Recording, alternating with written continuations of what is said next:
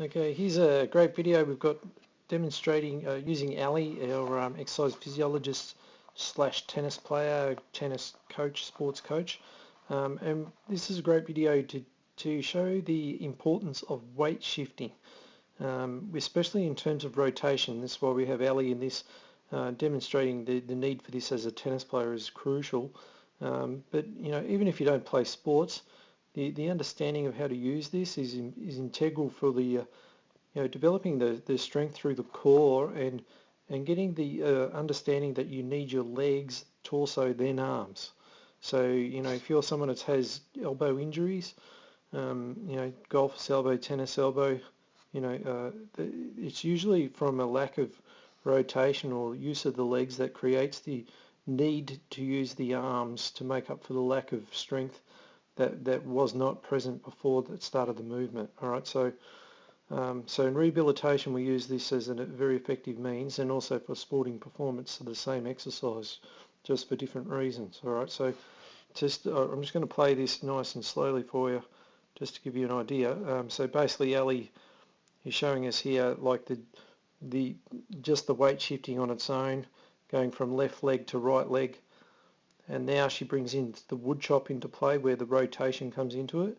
And see, her head's very well balanced, and she's sort of like spinning on an axis, I suppose, and the legs are doing the bulk of the work, and the rotation of the trunk is done by the abdominal muscles. Now she moves into where we're going to demonstrate a cable press, and she'll see she'll lower the weight stack, the cable height down to be about the height of her shoulder, because it'll bring her centre of gravity lower to the ground. All right, so now she's lowered the weight stack, and you'll see she'll set up almost in the same stance as the cable wood chop. So she'll have all her weight on her left leg to now transfer with a pushing pattern over to her right leg.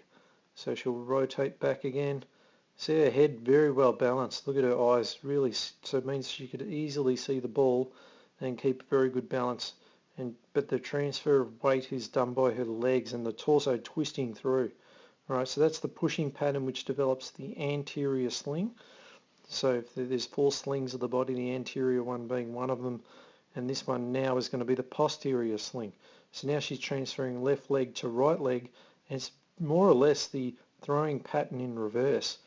So most people have a lack of strength in the posterior side. This one is a great exercise developing the lunge and the twisting, pulling pattern all in one go.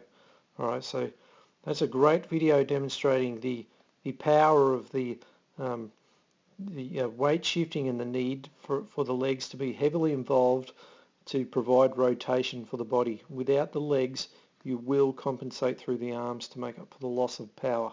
All right, so if you're someone watching this with tennis elbow or golfer's elbow, or the more scientific name, epicondylitis, and then you really need to start working out how you can develop these patterns of movement into your program. So you'll need to develop a lunge, you'll need to develop the side lunge or lateral lunge, you'll need to develop rotation, the wood chop like Ali showed you at the beginning. If I just go back to that at the beginning, you'll need to develop both of these movements, just that on its own, and then the twisting part on its own. All right, these are things that we commonly come across with those elbow type problems, and people just not playing to their performance in sports. All right, so hope you enjoyed that video. If you want to know more, go to www.neurogoodspT.com.au, and I'll see you in the next video.